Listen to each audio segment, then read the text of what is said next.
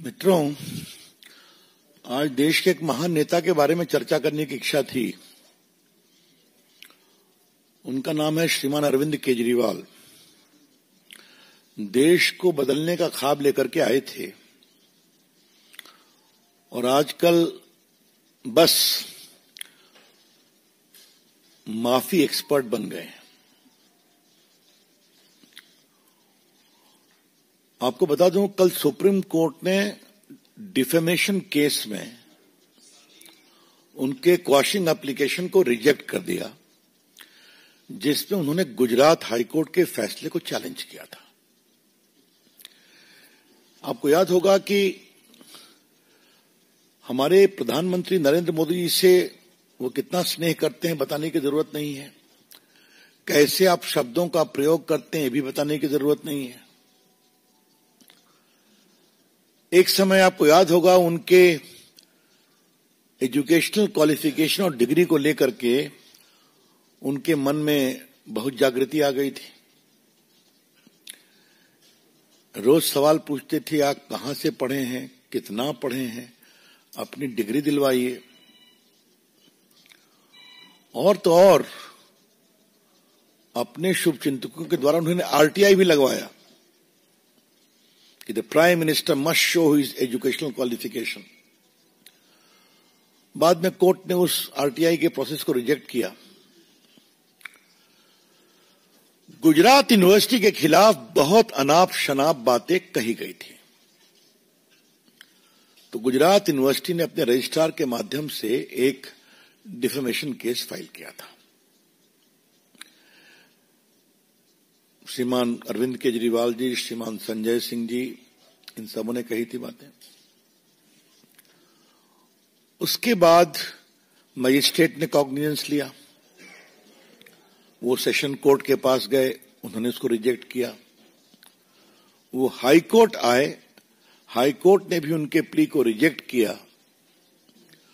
और कल वो सुप्रीम कोर्ट आए और सुप्रीम कोर्ट ने भी उनके प्ली को रिजेक्ट किया। ये बैकग्राउंड जानना बहुत जरूरी है।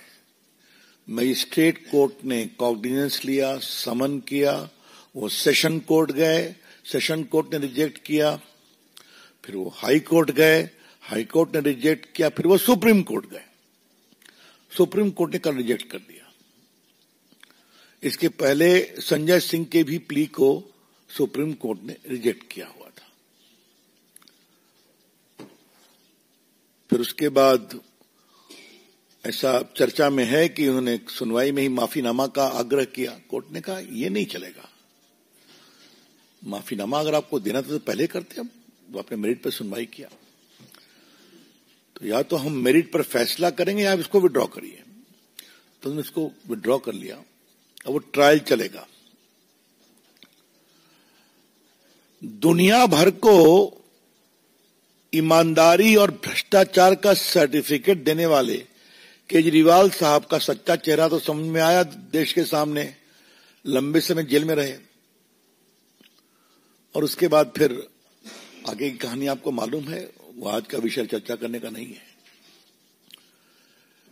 लेकिन थोड़ा हम लोग रिसर्च किया तो मालूम हुआ 10 बार केजरीवाल साहब माफी मांग चुके हैं। Mr. Arvind Kejriwal has tendered apology after making false defamatory allegation 10 times.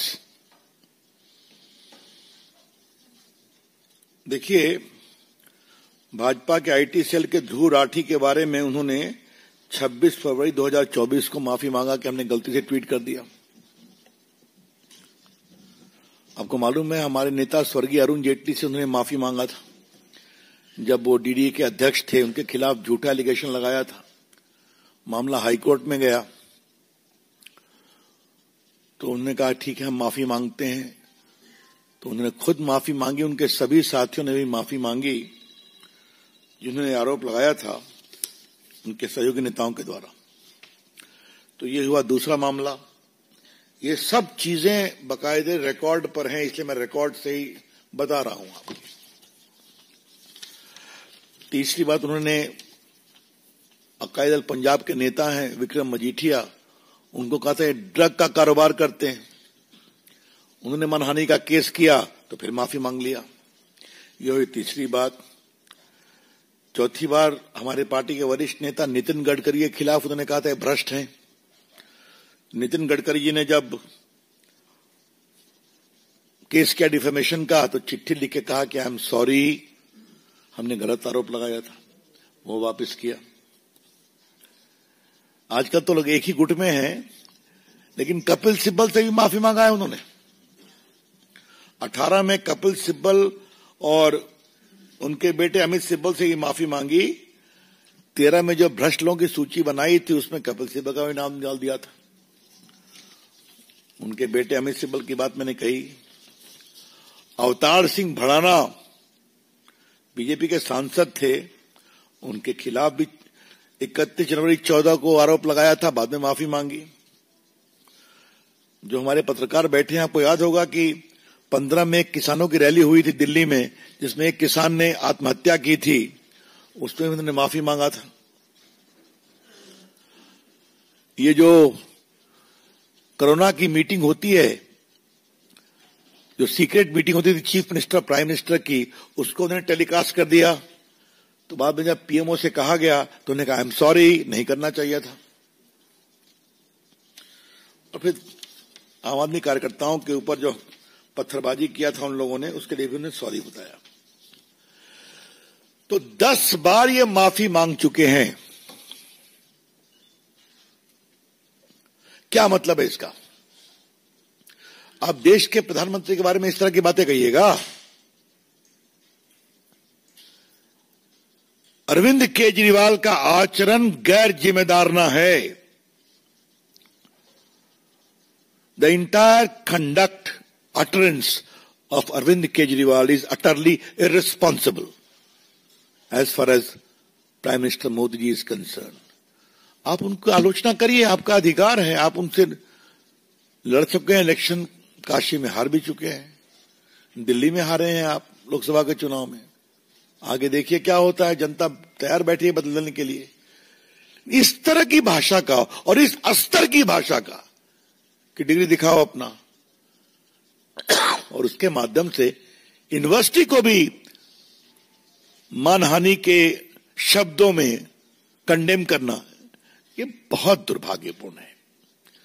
BJP इसको बहुत ही कंडेम करती है। The BJP condemn this kind of utterances. वैसे अरविंद केजरीवाल के एक और सखा है इस मामले में, उनका नाम राहुल गांधी है। एक बार राहुल गांधी की भी गिनती करेंगे संजय, कितना डिफेमेशन केस हुआ है उनके खिलाफ। चल रहा है, कुछ भी बोल देते हैं, डिफेमेशन होता है। आपको याद होगा कि उनको सुप्रीम कोर्ट में माफी मांगा उन्होंने। देश की राजनीति में आलोचना का अधिकार है, देश की राजनीति में विरोध का अधिकार है, लेकिन देश की राजनीति में झूठे मर्यादा विहीन आरोप लगाने का अधिकार नहीं है। You can criticize, you can oppose, but if you level allegations bereft of standards of probity and propriety, which is defamatory, then suffer the consequences. बहुत सीधी सी बात है। तो ये थोड़ा विस्तार से बताना जरूरी था। हम लोग भी खामोश थे कि मामला सब जुडिस था। हमने कहा एक बार सुप्रीम कोर्ट से इसका इतिश्री हो जाए, इसलिए संजय सिंह पर भी हम लोगों ने टिप्पणी नहीं की थी, क्योंकि इनका मैटर सुप्रीम कोर्ट में पेंडिंग था। अब जब हो गया तो हमको लगा कि ये विषय आपके माध्यम से पार्टी की प्रतिक्रिया जानी चाहिए। हम उम्मीद करते हैं कि केजरीवाल जी थोड़ा अपनी जबान पर लगाम रखेंगे, उम्मीद ही कर सकते हैं। That's all, friend, from my side. I'm open to questions now. Any question? Shailendra, DD news. जब से राजनीतिक पार्टी के तौर पर जब लेकर केजरीवाल जी राजनीति में आए हैं, बयान से हमेशा आरोप लगाते रहे। आपने पहले ही कहा कि 10 से बार वो माफी मांग चुके हैं। हाल ही में चर्चा में यह भी है कि जिस घर को उन्होंने खाली किया उसमें अंतर्राष्ट्रीय स्तर के सामान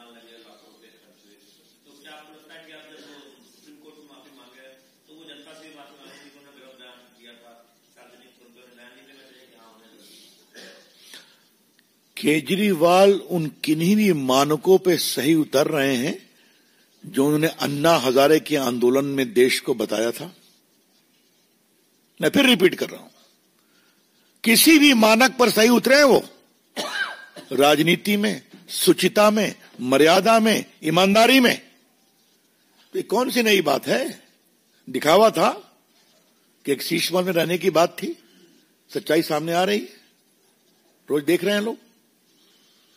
तो ये इस तरह की जो अंग्रेजी का शब्द है ना, हिपोक्रेसी, दिखावा, ये उसी का परिणाम है। एक बात मैं और आज कहना चाहूंगा, मेरे मन में बहुत दिन से साथ थी कि ये अन्ना जी के साथ जितने लोग चले थे, केजरीवाल जी के सब साथ क्यों छोड़ गए, या केजरीवाल जी ने उनको छोड़ दिया, या केजरीवाल जी उनको छोड़वा दिया।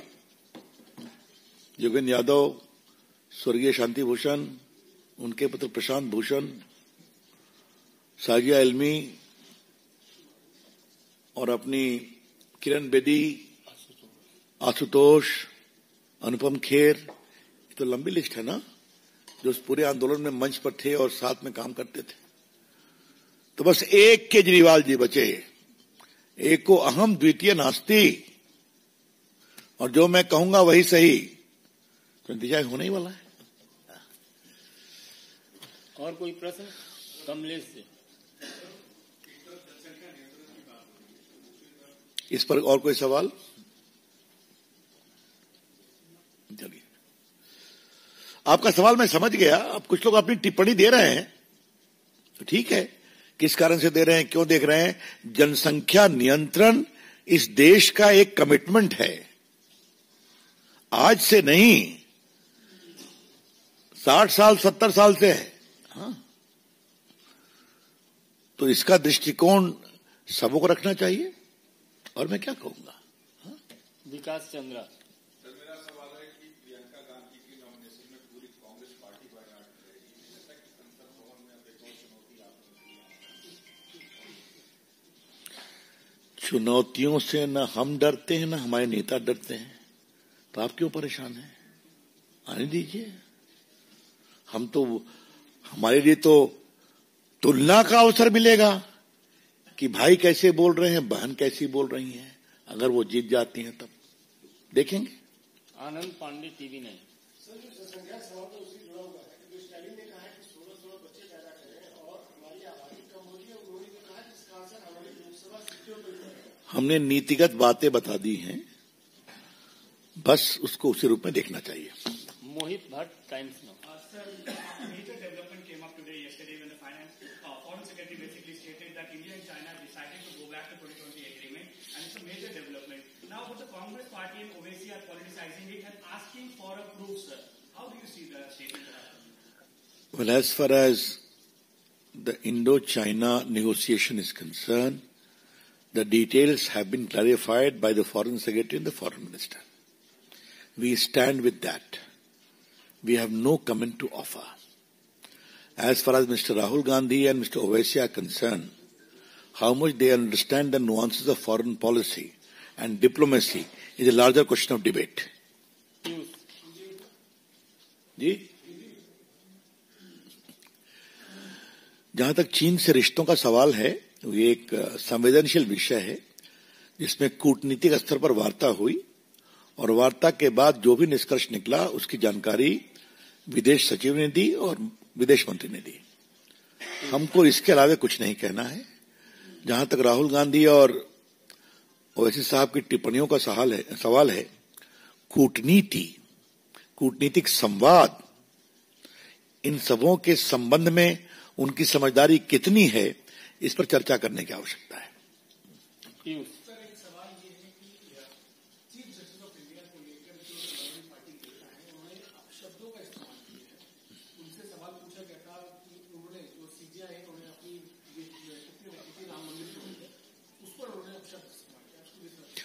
आज मैंने अखबार में देखा है, राम गोपाल जी ने उसको वापस ले लिया है। तो जब वापस ले लिया है, मैंने खुद देखा है और सुना भी है, तो मुझे उस पर कोई टिप्पणी करना उचित नहीं है। मैं एक ही बात कहूंगा, न्यायपालिका, सभी न्यायाधीश और मुख्य न्यायाधीश, इन सबों का सम्मान हमें करना चाहिए। एक स्वतंत्र न्यायपालिका देश के लोकतंत्र के लिए आवश्यक है और एक संवैधानिक परंपरा भी है। और जहां तक निर्णय का सवाल है, मेरा सौभाग्य था कि मैं राम जन्मभूमि केस में इलाहाबाद हाईकोर्ट में वकील था। मैंने उस केस को फॉलो किया है। ये पूरा एक कॉन्स्टिट्यूशन बेंच एविडेंस के आधार पर जजमेंट आया है, जिसको देश ने स्वीकार किया है और आज एक भव्य राम मंदिर बन गया है। बस। और कोई प्रश्न? बहुत बहुत धन्यवाद। ठाकुर रविंद्र सिंह, अंतिम प्रश्न। मोदी सरकार ने कैबिनेट की बैठकों में फैसला लिया है किसानों को लेकर बढ़ाने के लेकर। पंजाब में वहां की सरकार, आम आदमी पार्टी की सरकार ने कही तो किसानों को बर्बाद करने के लिए ही पहले 3 कानून लाए गए, वो सक्सेस नहीं हुआ, तो उद्योगपति के जरिए किसानों को बर्बाद किया जा रहा है बीजेपी द्वारा पंजाब। आपने होमवर्क नहीं किया लगता है, सवाल का कर लिया है। अच्छा ठीक है, इसको जरा पूरा हम भी पढ़ लेते हैं जो आप पढ़ रहे हैं, उसके बाद इसका सुविचारित उत्तर देंगे हम। बहुत बहुत धन्यवाद।